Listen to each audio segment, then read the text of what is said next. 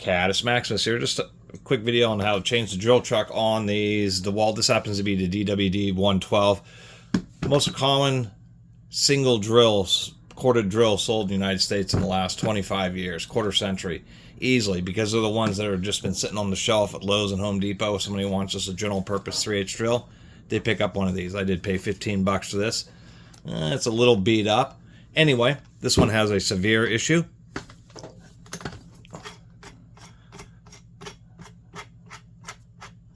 And we can already see one of the teeth have skipped. Looks like it works well enough where I'll still be able to use the teeth to be able to remove the chuck. These do not have a lock screw. I think maybe some of the older ones did, but once they started going to this more modern body style, the 6, 7, and 8 amp versions, no lock screw. It's just simply torqued.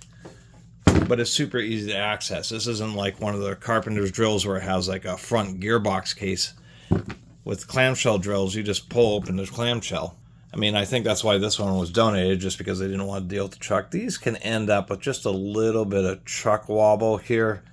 Happens to be that the back bearing kind of smushes up the plastic a little bit, so I'm just going to fold up some pieces of aluminum foil just to deal with a little bit of the side-to-side wobble that you can see there.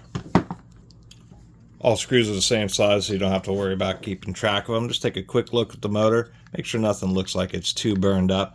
Looks like this has had some heat, but definitely is still good. So the clamshells make it so much easier because you can pull out the gear like this. That wobble is because this little area right here, it's just a lip that this hard steel bearing is sitting on, and it smushes out the plastic. So all you can do is just find some kind of thin material. You want to balance it, so you want to put a little piece on this side, another piece on top of the bearing, and then slide the other half of the cover open, or over, I should say. Really, the hardest part is finding like an 8mm 5/16 Allen wrench or something. Since the teeth are kind of offset, I'm going to try using a heavy-duty Torx bit here, and some way of holding it. You don't want to damage these gear teeth, but you basically do need a vise. I don't think you may be able to hold this in a set, like a giant set of slip joint pliers, but really you need some type of device, and you need something to protect the gear teeth with so that you can just remove the chuck. And that's how they put it on, is they simply install it with enough torque to where they feel it can never come loose by any kind of operation. The other thing to mention is on these drills, they use a 1/2" 20 thread. So it's a 1/2" spindle ostensibly to make it a little bit stronger, less likely to break or get bent if it gets dropped. And most times you're just stuck using a 1/2" chuck that you replace it with, unless you have one of these unique ones, which is a 1/2" to 3/8. I have some rags I've just folded over a million times just to protect the gear teeth. Now I find out exactly how uncooperative or cooperative this may be. Actually, I'll do it sideways like this. Wow, not even close. It just slipped. Try this again.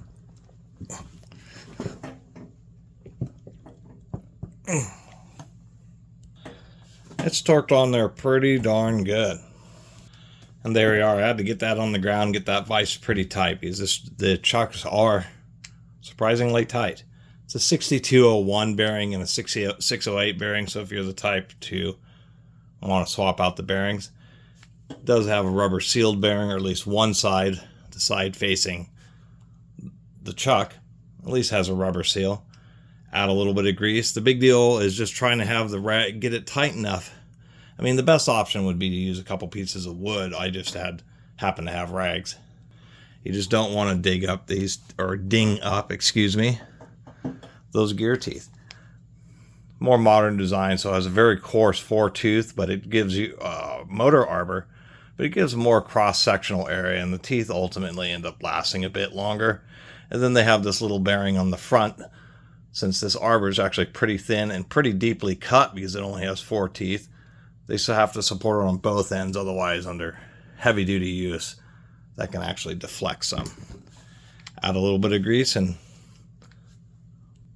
get our little aluminum foil shim. I folded it over a couple times. Jam that in there, and then the other one you're just going to kind of just delicately wrap over the top. Although it might be easier to actually just take a touch of grease and use it as something to cause it to stick, and actually take that little piece. It's aluminum foil, so if there's ever a chance of this ever getting loose inside these gears, it won't be a big deal. It's so much softer than these extra hard steel gears. To give you an idea, that wobbling is that back bearing just sliding back and forth a little bit, and it slightly changes the angle of the gears when that happens, and can accelerate wear.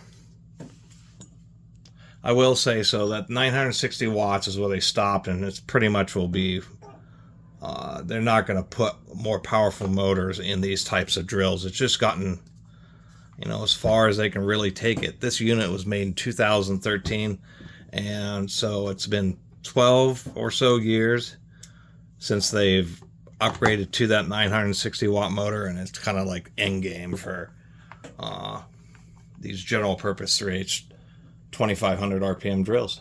Aluminum foil is a perfect choice. That is, I folded over I think 4 times, but the way it's soft but still kind of rigid versus using plastic, you know, it's just cutting off some piece of plastic packaging, really tighten that up. And the big deal about that is, one of the nice things about these drills, having dual ball bearings on the spindle, is that they're truly general purpose. So they're called drill motors because, you know, you use things like little sanding drums with it, you know, various wire wheels, and this happens to be a rust removal wheel and surface conditioning. You can even get little grinding wheel setups, and so that's the whole purpose. Is these tools are can perform a variety of tasks. So a lot of times when you're using like these types of discs, you're pressing sideways, so it's good to have that spindle be nice and tight. Brushes last a super long time in these as well. A little bit of extra grease and all done.